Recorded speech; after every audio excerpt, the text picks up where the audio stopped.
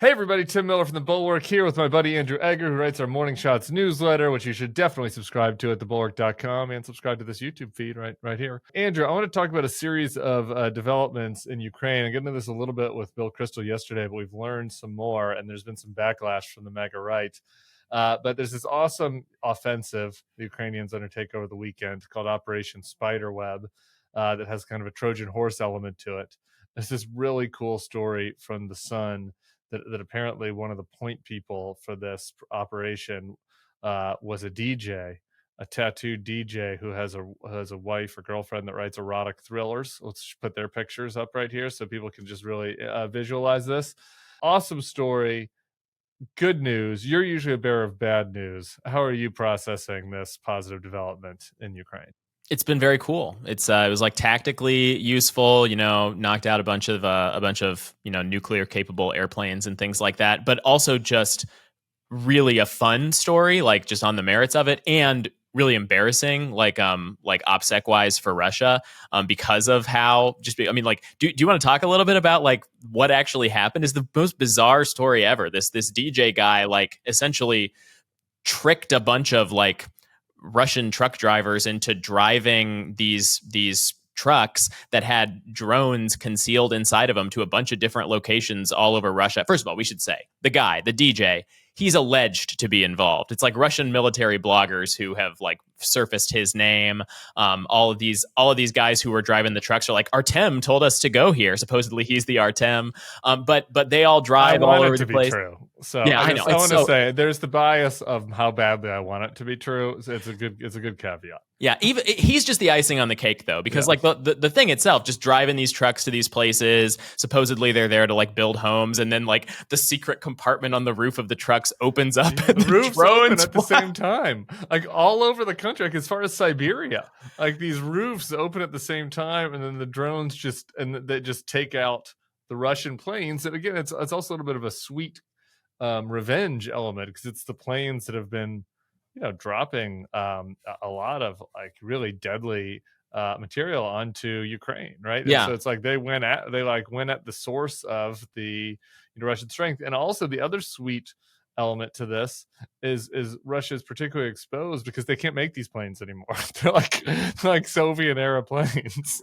And so now it's like they're boned. Right. So yeah. And it's totally like an Ocean's 11 type thing where like, everyone who was involved in the planning and execution of it gets away scot-free. And it's these like hapless truck drivers who didn't know anything about it, who are like, it went about as well as Ukraine could have hoped it would go. Cool story, fun story, exciting story, grim war, but a good story in that war. Little icing on the cake for us from a domestic perspective is that the Ukrainians executed this campaign without our help at all and without our knowledge, apparently.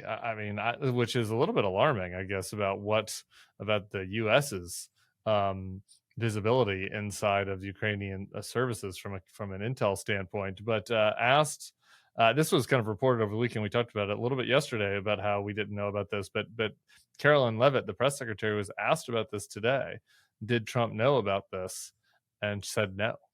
So this is just, on the one hand, embarrassing, kind of egg on your face situation for Trump. But like more importantly, it is the Ukrainians like decoupling from this and saying, we got this. We don't need your little small orange fingers. Yeah. And I honestly, I've been kind of going around and around in my head for how to process that exact piece of information, because you couldn't you make the argument that like if this had happened under Biden, it would have been messaged the same way, just because it is like such an aggressive attack into Russian territory beyond what the U.S. has kind of consented to as a matter of policy. You could imagine a world where Ukraine, probably not under this administration, under a friendlier administration to Ukraine, where Ukraine either leaves us in the dark or probably more likely just says they left us in the dark and we say they left us in the dark. Obviously, I would not bet a lot of money that's what happened here under these particular group of jokers. But it's been hard for me to find the exact right hole to put that peg of information into. You know what I mean?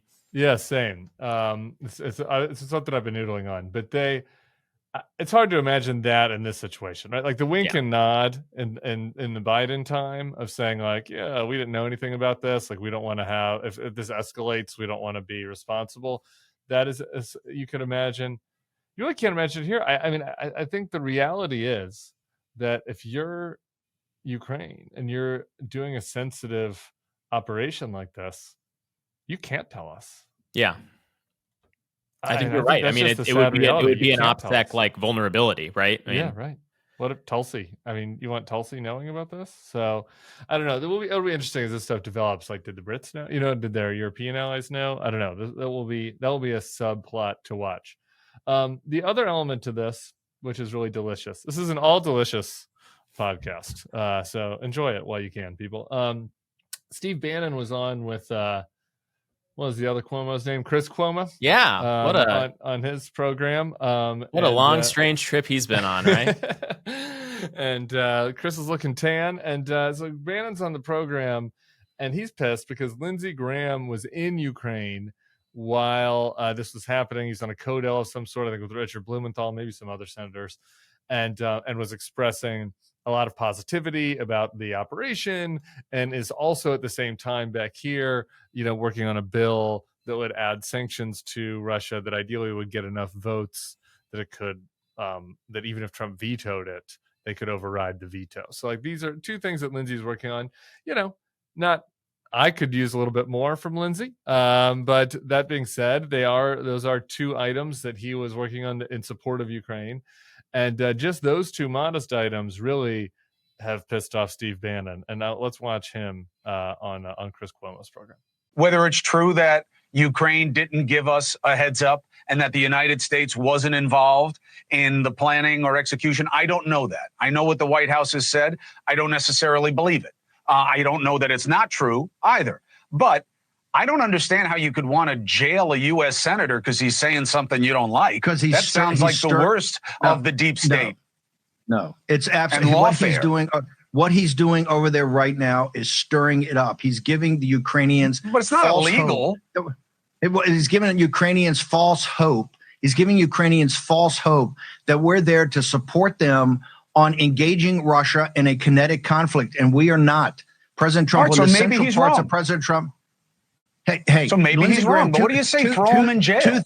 Two things ought to happen. Either cancel his passport and don't let him back in the country, or put him in jail if he comes back. Lindsey Graham is stirring it up right now. So he wants to jail Lindsey Graham, I guess. And the whole, there was a period of time where they did the whole, we're not really fascists, and these liberals, like, how crazy are they that they call us fascists? And we're going to call ourselves fascists kind of as a joke because the liberals call us that, and it's like one big, it's a big laugh to make fun of how crazy they've gotten. And now they just have kind of embraced it pretty much full-throatedly. They're like, no, if you disagree with the president on a foreign policy matter, you should be jailed.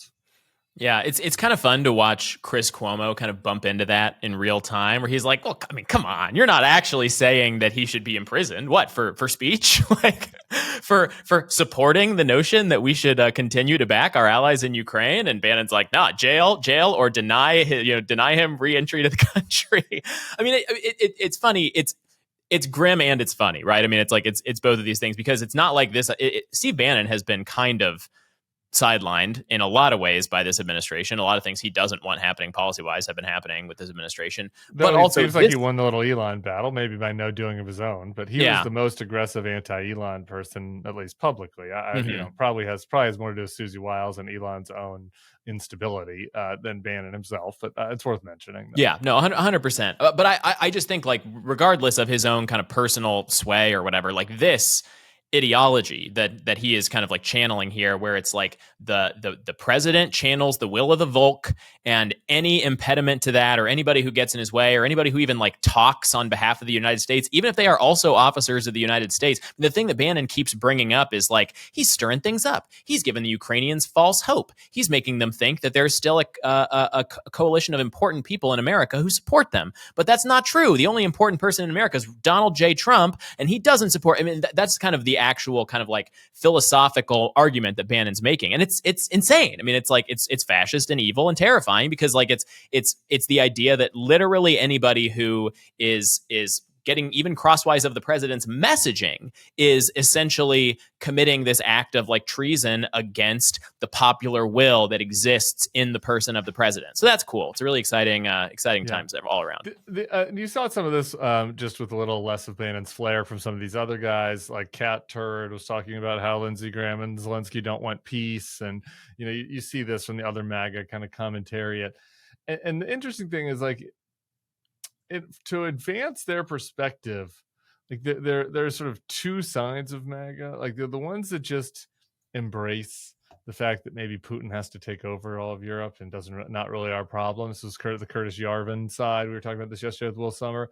But then there's the other folks, like the more in touch with real political reality side of MAGA, which I guess Cat Turd is included in, which will tell you something. They have to like continue to do the suspension of disbelief that there is a peace program happening. It's like that this is bad. This attack on Russia is bad because it's undermining the peace. I mean, we can't do something that's undermining this important peace process. I'm not 100% sure you can ascribe thoughts that complex to Cat Turd 2. That guy is a single-celled organism, I mean, he just... Okay, there were some others that said that. I don't want to name a name because I don't have it in front of me, but there were some more highfalutin MAGAs who are making this argument. Yes, which is just, I mean, it's so amazing. It's just, it's complete, like monopoly money discourse, right? I mean, Russia is also currently in the process of launching its most aggressive attacks yet against Ukraine, like all weekend. You know how like the biggest drone attack they've done so far, hitting all kinds of like residential centers and just like,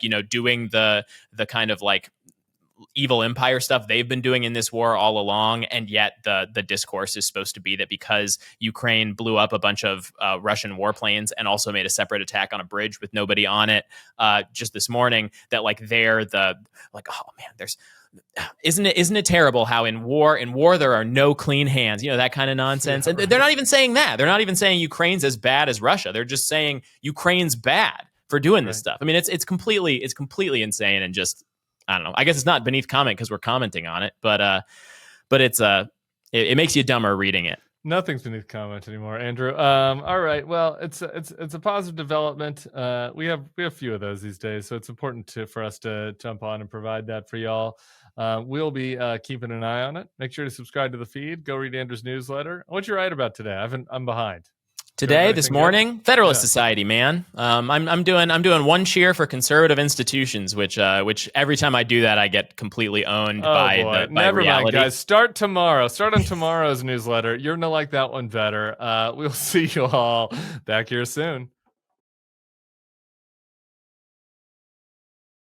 Hey guys, it's Tim and Sarah. We're here with my frenemy, John Lovett from Love It or Leave It. June is Pride Month, and we're going to be live in D.C. on June 6th for World Pride for a very special live show fundraiser featuring the three of us, plus some gay special guests. Crooked and the Bulwark will be donating the proceeds from this fundraiser to the Immigrant Defenders Law Center to support Andre Romero, the makeup artist who the Trump administration wrongly disappeared to El Salvador and who is currently being held in Secot. Go to crooked.com/events.